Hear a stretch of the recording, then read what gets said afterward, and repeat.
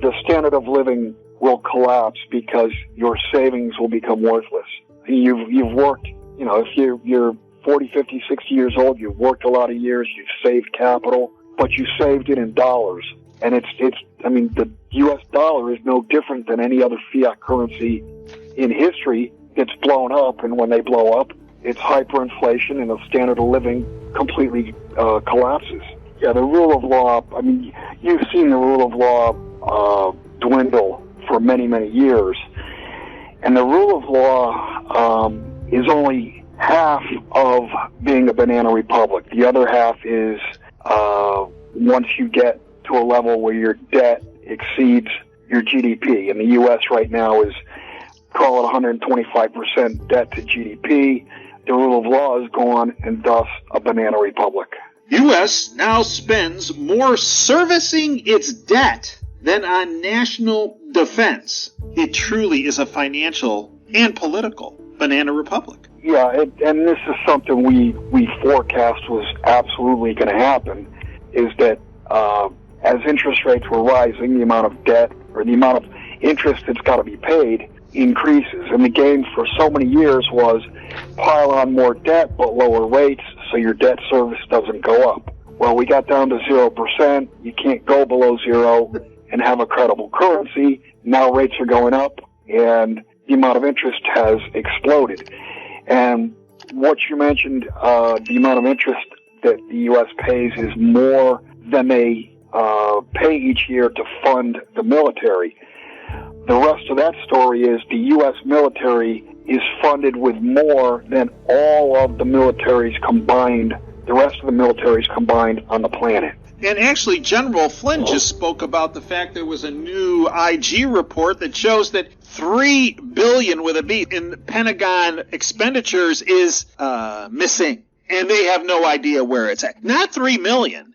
$3 trillion, Dave, not billion. $3 billion. Think about this. September 10th of 2001, I forget who the defense secretary was at the time, came out and said $2.3 trillion was missing. The next day was 9/11, and we never ever heard again about the $2.3 trillion. That was Donald Rumsfeld. Donald Rumsfeld, right. Yeah, exactly. Where that part of the Pentagon went down was the part of the Pentagon with the Office of Naval Intelligence, right, that was working on trying to ascertain where that money went, right?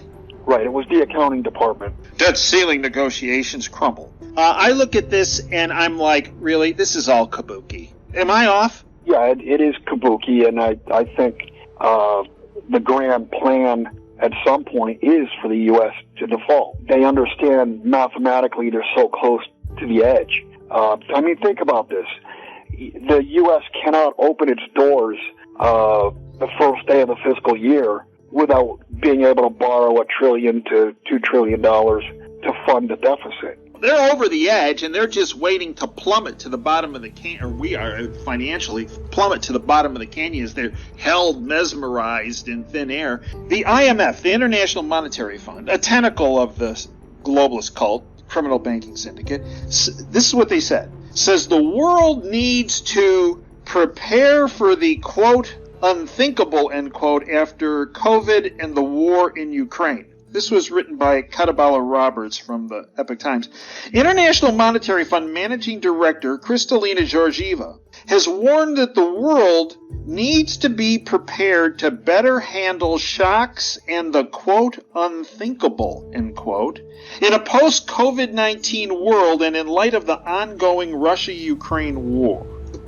So they warned us several months ago about the unthinkable. So, Bill, are we embarking right now on the unthinkable with, as you said, the debt ceiling issues coming at hand, the small and medium-sized regional banks and larger banks having significant issues, the downgrading, if you will, of the U.S. credit rate? Bill, is this the unthinkable moment she spoke about? Well, yeah, it is, but the unthinkable moment has been thought about by many people. I mean, we've been shouted down over the years, but all these things are coming together. And just this weekend, for example, the Chinese are publicly saying that they're trying to distance themselves from the dollar because they don't want dollar risk. And at the same time, you've got the G7 conversely saying that they don't want to rely on China for the supply chain. So you've got both sides saying they kind of don't want to do business together. One because they're worried about the dollar risk, and the other because they're worried about the risk of the supply chains getting shut down. That's so dangerous, it's not even funny. We're one communique away from a Russia-China joint communique saying that they are backing their currencies with physical assets such as gold, silver, oil, natural gas. We're one communique away, which contains that information, away from a dollar implosion. Am I off? No, you're absolutely correct. I mean, once they make that announcement, gold and silver will become unobtainium. In other words, you're not going to be able to get them. And I would imagine that'll be within 24 to 48 hours after that announcement. There will be no gold or no silver to be had for fiat currency. And is it a stretch to say that the U.S. dollar, of which no one will want at that point, will become so plentiful that it causes huge hyperinflation on our own shores? Yeah, no, that's absolutely correct. The dollars that are outstanding, the euro dollars, that's the market. The euro dollars are going to come crashing back to the United States. It will flood us with dollars, and that'll create an inflation we've never seen before. Which might be categorized as, quote, the unthinkable, end quote, right? By 99% of the American public, right? Well, yeah, it is it's the unthinkable because the standard of living will collapse because your savings will become worthless. You've worked, if you're 40, 50, 60 years old, you've worked a lot of years, you've saved capital, but you saved it in dollars. And the U.S. dollar is no different than any other fiat currency in history. It's blown up, and when they blow up, it's hyperinflation, and the standard of living completely collapses.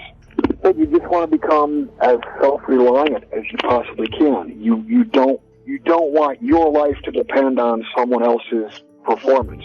Your life needs to depend on your performance, which means you need to prepare for services to go down, for police services, fire services, electricity, water, you name it. When credit shuts down, everything's going to shut down, and whatever you have is all you're going to have. It's not like you're going to be able to go to the store or click on your computer and order from Amazon and have stuff here by Wednesday. All of that is going to go away. From a financial standpoint, you want to get your capital out of the system. If you own stocks, you want to get the certificates and have them issued out to you. You don't want to own bonds, and you do want gold and silver because they cannot bankrupt. Fear capital is going to end up in gold and in silver because once you have gold and silver, as long as it's in a safe location, it's where you don't have any more fear once you're in cash, and that's what gold and silver really are. They're cash.